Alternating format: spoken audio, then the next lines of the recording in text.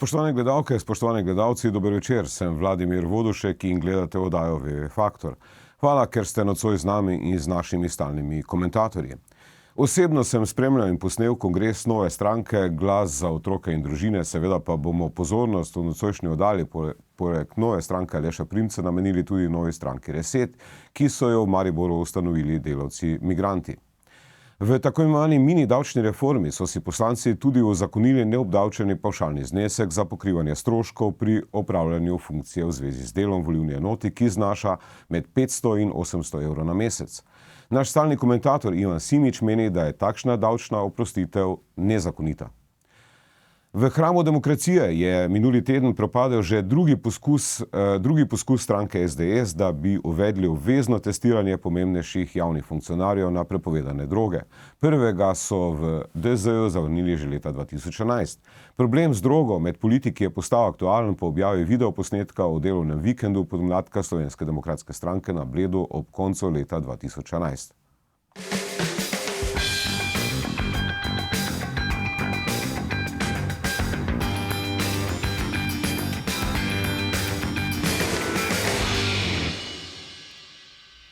V Škofji Loki je bila ustanovljena stranka Glas za otroke in družine, v Mariboru pa stranka Reset, ki jo sestavlja sindikat delavcev migrantov Slovenije. Desna sredina gre na volitve s starimi obrazi in novimi strankami. Do sedaj sta ustanovila Aleš Primc in Franc Kangler, Kanglerjeva nova ljudska stranka in Primčev Glas za morata skrbeti Zidanško SLS in krščanske demokrate Ljudmile Novak. Bo po naslednjih volitvah lahko prišlo do sprememb moči med političnima blokoma.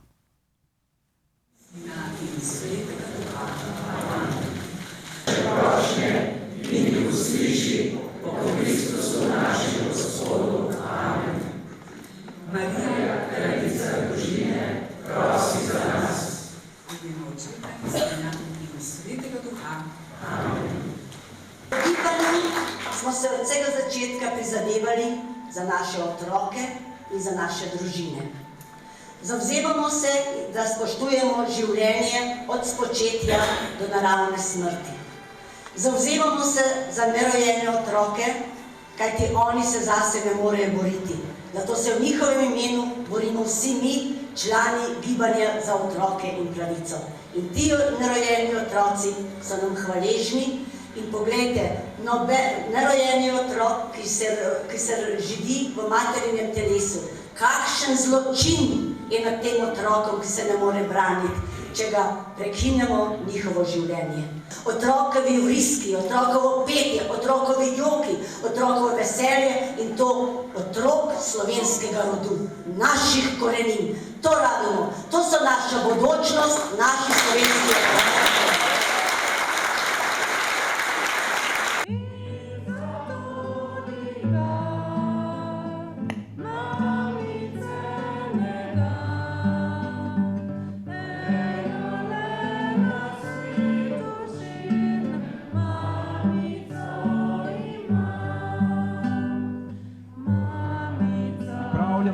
Se na zmago.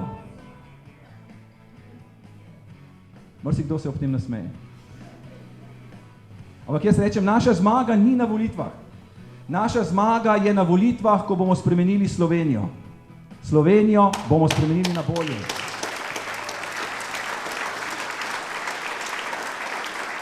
Ljubezen spreminjamo v filozofijo, spregledamo splav in evtanazijo je to.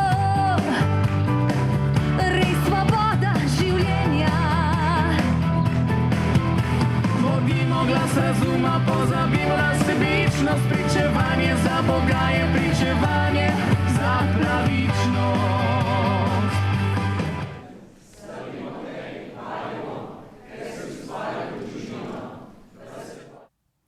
Z nami sta seveda naša stalna komentatorja Ivan Simič v Ljubljani in Sebastian Jeretič v Kopru. Spoštovani gledalci, vi pa se lahko v oddajo vključite preko tvita in seveda komentirate zadeve. Pa mogoče najprej, Sebastian, kako komentiraš ta video, ki smo ga pripravili na začetku? Zdaj mene je ko sem bil tam, me je celotna zadeva spomnila recimo na te ameriške filme, kjer pač v cerkvi tudi pojejo in se imajo lepo, ne, v bistvu, ne. Zdaj, kako si ti dojel v bistvu to ustanovitev stranke GOT oziroma za otroke in družine, glas za otroke in družine? No, vstop te stranke v slovenski politični prostor bo zagotovo zelo zanimiv, ne. Prvi razlog je že ta, da je gospod Primc filozof in da govori precej drugače, kot govorijo nekateri drugi politiki. Drugič pa predvsem zaradi njihove ideologije, ki je torej nekako skrajno katoliška, kot je v slovenski tranzicijski politiki še nismo videli, niti v 90-ih letih. Tako da to bo najprej omogočilo določenemu delu populacije, ki se bo v tem našel, da dobi pristno stranko, torej brez primesi kakršnekoli zmernosti na tem moralnem področju. Zagotovo bo pa istočasno sprožil tudi neko reakcijo levice, tako kot so sprožile tiste kampanje recimo proti splavu in tako naprej. Skratka, na eni strani bo enemu delu telesa omogočil, da se organizira okrog pristno ideološko čiste stranke, na drugi strani bo pa to spodbudilo nek novo fazo kulturnega boja in spodbudilo levico k zagotovo zelo ostri kritiki in boju proti tej ideologiji. Ampak, Sebastian, zdaj nekako, do zdaj je veljalo, da je to ustanavljanje novih strank nekako v domeni levice. Levica je pač poskušala v tej tranziciji 25-letni z novimi strankami, ne, tudi SMC, ne nazadnje, ki pač vodi vlado. Ampak recimo po Janševi napovedi lansko leto, ne, mislim, da nekje na začetku lanskega leta pa je on pravzaprav odprl ta prostor in je pozval naj vsi ustanovijo, ki želijo nove stranke ali naj se vključijo v te stranke, kar je nekaj novega, ker še nedavno nazaj je govoril, da pač recimo je bil zelo kritičen do Viranta in nekaterih poskusov ustanavljanja strank na desni. Ne. Verjetno zaradi konkretnih imen in razlogov. Ne. To je najprej znak, bom rekel, to je pametno za desnico. Pač razume, da v slovenskem političnem prostoru ni mogoče sestaviti vlade, desne vlade, če ne bo v parlament prišlo dovolj novih strank. Dokler je bil dokaj močen in stabilen klasični pomladni trojček, je bilo tisto verjetno tudi dovolj za organizacijo strank na desni. Na levici so se ta valovi novih strank začeli nekako po odhodu gospoda Drnovška iz operativne politike. Takrat se je začelo, že leta 2008 je bilo predvideno, da bo zmagala nova stranka zares, torej akterji stare levice niso želeli zmage socialnih demokratov, mi smo jih pač prehiteli takrat v tisti fazi zasedanja mesta alternative. Ne. Desnica je očitno spoznala, da za oblikovanje neke zanesljivo desne vlade potrebuje vsaj še dve novi stranki v parlamentu. Tudi zaradi tega, ker nekako SDS potiska od sebe oziroma je prišlo do tega razdora nekakega z Novo Slovenijo in Nova Slovenija se v fazi te modernizacije, preobrazbe vzpostavlja v stranko, ki je recimo ima zelo veliki koalicijski potencial. Gre lahko bodisi v desno vlado ali pa v neko sredinsko z delom neke levice. Ne? Dobro, revija Reporter recimo je dogajanje po minulem super vikendu v smislu ustanavljanja strank naslovila kar Igra prestolov na desni. Na nek način me je to ustanavljanje strank spominjalo na tiste 90. leta na ustanavljanje Demosa, ki ga je sestavljalo šest strank. Ivan, kako ti vidiš v bistvu ta super vikend in v bistvu inflacijo strank? Dobro, super vikend ravno ne, zdaj smo dobili samo dve novi stranki. Res, da je to mogoče veliko, da je to veliko na stranke, ki jih imamo. Jaz so predvsem pri obeh strankah pričakujem, da če ste se odločili za volitve, da imata dobre kadre, kajti če se slučajno zgodi, da pridete obe v parlament, pa ena od njiju, da boste vse imela prave ljudi na pravih mestih, ne da se nam dogaja to, da nekdo pride v parlament ali pa celo v koalicijo in potem nima pravih kadrov. In to mislim, da je največja pomanjkljivost večine naših strank, kajti tisti, ki nekaj dajo na sebe, se rajši umaknejo iz politike, ker enostavno računajo, da če grejo v politiko, izgubijo svoj jaz, se morajo prilagajati nekim nekim političnim odločitvam in veliko tudi glasovati v nasprotju z svojimi interesi in pa željami.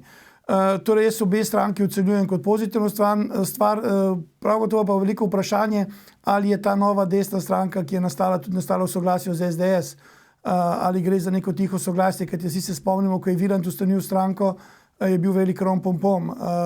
To da pomeni, lahko rečemo, da je to neko tiho soglasje in neka nova pot in priprave na drugačno bodočnost, mogoče neko morebitno zmago in lažje formiranje koalicije, kot je to danes, ko si mogoče sam na desni strani ali pa je mogoče ena desna stranka pa ena pol desna. A misliš, Ivan, da lahko ta stranka, recimo Primčeva, GOT oziroma Glas za otroke in družine, dobi neke nove volivce, ki so bili do zdaj nekako pasivni, oziroma kako bo posegla v novo Slovenijo oziroma krščansko demokracijo?